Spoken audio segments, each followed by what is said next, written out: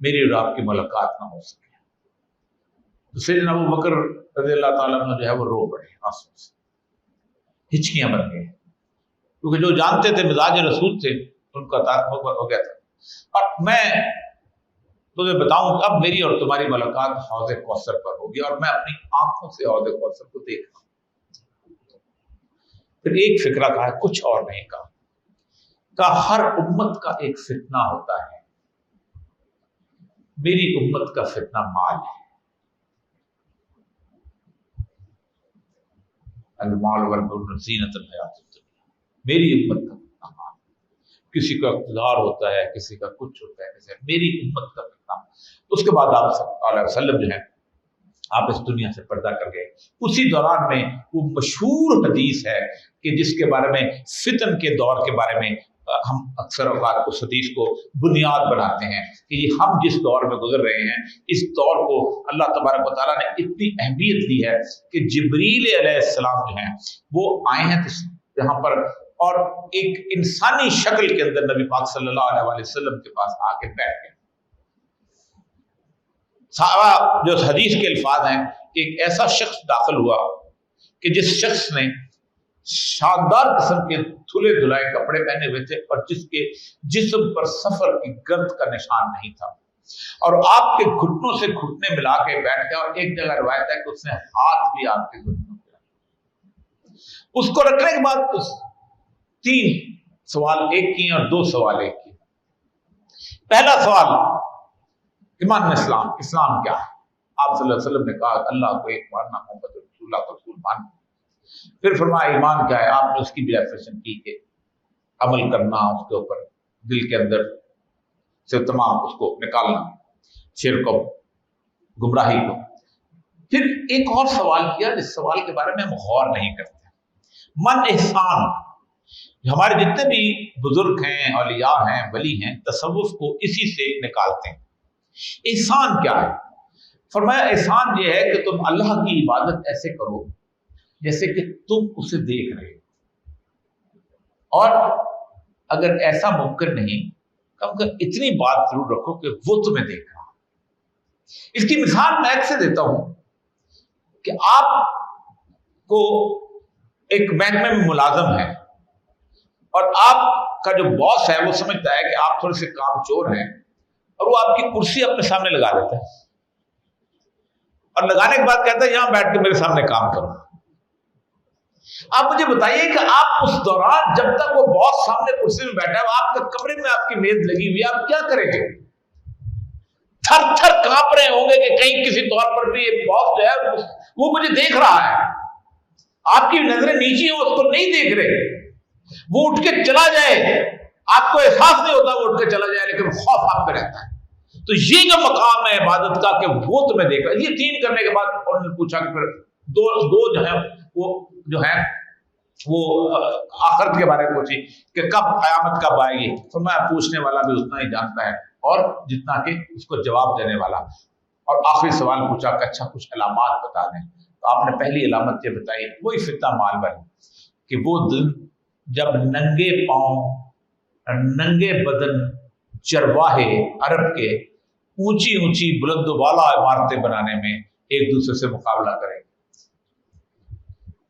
اللہ اکبر، یعنی کہ اس وقت 1400 سال پہلے وہ سوچ سکتا تھا کہ جہاں پانی نہیں ملتا، جہاں سوائے لٹیروں کو کوئی کام نہیں ہے، جہاں ایران والے آتے ہیں تو ایران کو آ کے فتح کر لیتے ہیں، اور پورا دبئی، ابوظہبی، ام القوین، بحرین، قطر، فجیرہ، مسقط، عمان، یہ سارے کا سارا کبھی ایرانیوں کی حکومت ہوتی ہے، کبھی رومنز کی حکومت ہوتی ہے، اور وہ اپنا ایک بندہ لگا جاتے ہیں، وہ بندہ جا کے وہاں پر وہ اپنا ان کا گورنر ہوتا ہے۔